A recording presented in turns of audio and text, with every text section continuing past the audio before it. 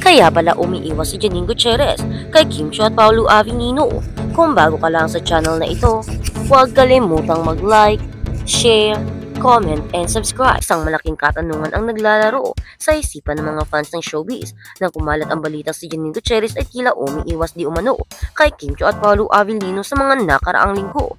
Kung dati-rati kitang-kita ang mahusay na samahan sa pagitan ng tatlong stars, bakit nga ba ngayon ay nagkakaroon ng distansya? Na maraming mga fans ang nagtataka at nagkakaroon ng iba't ibang hinuna patungkol sa relasyon ng mga ito sa isa't isa. Ang samahan ng Kim Chiu, Paolo Avellino at Janine Gutierrez bago ang isyu ng pag-iwas ang tatlong aktor ay nagkatrabaho sa mga proyekto at may mga working good relationship.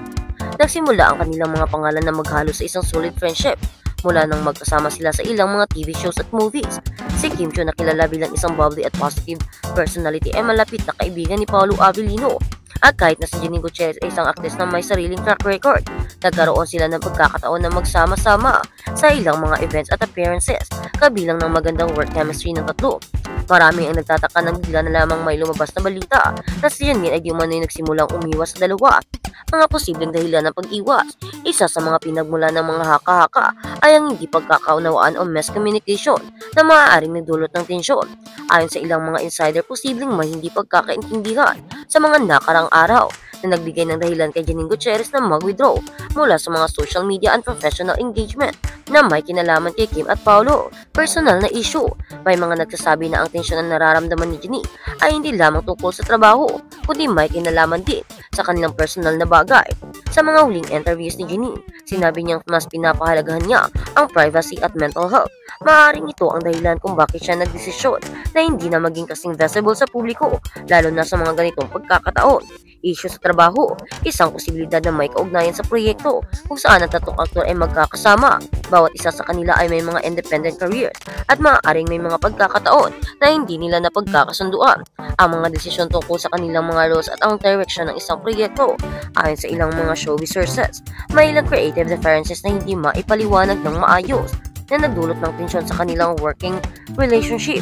Pag-aagawan ng atensyon sa industriya ng showbiz, hindi rin maiiwasan ang mga paghahambing at pagtutok ng atensyon ng mga personal na relasyon. May mga fans na nagsasabi na si Kim Chiu at Paolo Avellino ay magkatandim na sa kanilang mga proyekto at fanbase, kaya't baka ito ang nagbigay ng hindi pagkakaunawaan kay Janine na parang siya ay nawawala sa spotlight. Ano ang reaksyon ni Kim Chiu at Paolo Avellino? Si Kim Chiu at Paolo Avellino sa kabila ng mga balita ay nananatiling kalmado at professional sa kanilang mga statement.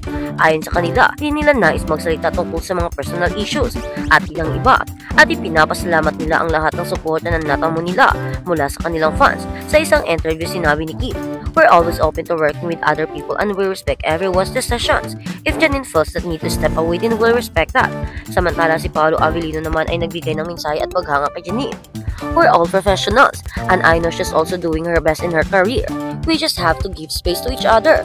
Wala kaming pagkakaintindihan. Lahat ng ito ay bahagi ng showbiz." Ang paghiwalay ng landas sa showbiz habang ang relasyon ni Janine at Kim na pati na rin ni Paolo ay nagsimula isang magandang samahan. Hindi maiiwasan ng industriya ng showbiz ay puno ng pagsubok at hamon. Minsan ang mga pagkakaiba ng opinyon at mga personal na hangarin ay maaaring magdulot ng pagkakalayo kahit sa mga magkakatrabaho. Sa kabila ng mga haka-haka at kontrobersya, mahalaga pa rin na kilalanin natin ang mga limitasyon ng bawat isa sa kanilang personal na buhay. Tanging sila lamang bilang mga individual ang makakapagdesisyon kung paano nila haharapin ang mga challenges na dumarating sa kabila ng mga pagsubok na dumadaan. Ang mga fans ni Janine at Gutierrez, Kim Chiu at Paolo Avellino ay mananatiling loyal at supportive sa kanilang mga idolo. Habang may mga hindi pagkakaunawaan at pag-iiwas, ang mga tagahanga ay umaasa na magkakaroon pa rin ng pagkakataon ang tatlong aktor na magsama sa isang proyekto at mapanatili ang kanilang professional relationship. Ang hinaharap ng tatlong aktor tulad ng maraming showbiz personalities, hindi natin masasabi kung ano ang nangyayari sa hinaharap.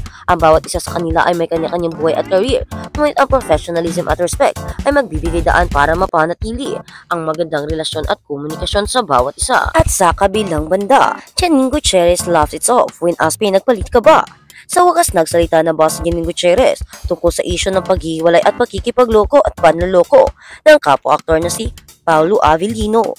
May mga haka-haka mula sa mga tagahanga na ang breakup ay maaaring sanhi ng isang third party mula sa pagtatapos ng relasyon nila ni Paulo. Samantala, napapaharap si Gutierrez sa ilang mapaglarong pagtatanong sa usapin mula sa pag-host niya sa Showtime. Sa guest niya noong kasama niya ang kanyang inang aktres na si Lotlot de Leon noong Sabado. Sa isang segment ng show, tinanong ng aktres, kailan magiging okay na humanap ng bago ang ex niya? To which Gutierrez answered, pag naka-move on ka na, sabay tingin kay Kim Chiu. Kasi pag naka-move on ka na, edi wala ka ng pakialam, she explained. Dahil kapag naka-move on ka na, sinundan ng host na si Vice Ganda ang tanong na, naka-move on ka na ba? Sabay tingin din kay Janine. Hindi agad nakasagot si Gutierrez. Sa halip ay nagbiro siya ng naka-off na mikropono at wala siyang paraan na makasagot. Sabay tingin kay Kim Chiu at ngumiti. Ang isyu ng pandaraya ay tila nadala muli sa isang punto na ang panahon ng pagpapalabas ng siya ay pumili ng kanyang mga sagot sa isang laro. Ngunit pagkatapos ay tinanong ni Vice Ganda, ay mas maganda ka sa pinalit sa'yo? Mas maganda ka ba sa pinalitan mo? Sabay tingin naman ni Vice kay Kim Chiu. Sa lalong madaling panahon, isa pang host na si Kim Chiu ang nagpahayag ng lahat sa sarili niyang tanong. Real talk, pinagpalit ka ba, Janine? Hindi ko kasi nakakausap yun. Chiu asked Gutierrez without mentioning Paolo Avellino's name. Wala namang ganon. Natatawang sagot ni Gutierrez na parang awkward sa kanya dahil tinatanong siya ni Kim Chiu ang babaeng pinalit sa kanya. Tinanong din si De Leon na kasama si Gutierrez sa segment tungkol sa kanyang sentimento sa issue tungkol sa kanyang anak. Ako wala akong pakialam actually. Wala akong pakialam. Go more forward. Well, she said answerly and thoroughly in this chat. Tumingin din siya kay Kim Chiu. Nasimulang mag-date si Gutierrez at Paolo Avellino noong 2017. Bagat may mga espekulasyon noong November na naghiwalay ang dalawa, hindi pa rin formal ang mapublikong kinopirma ang kanilang breakup habang sinusulat itong balitang ito. Parang kung titingnan mo naman, ay parang may awkwardness ang dalawa. Parang sinasibihan nila ang isa't isa ng mga salitang hindi nila masabi sa isa't isa habang silang dalawa lamang. At ngayon nga ay paraan na ito para pag-usapan nilang dalawa ang isyong ukol dito. Sayang nga lang ay wala si Paulo. Kung nandoon si Paulo ay baka magkaroon na ng closure ang tatlo. At si Vice Ganda naman ang magiging daan para dito.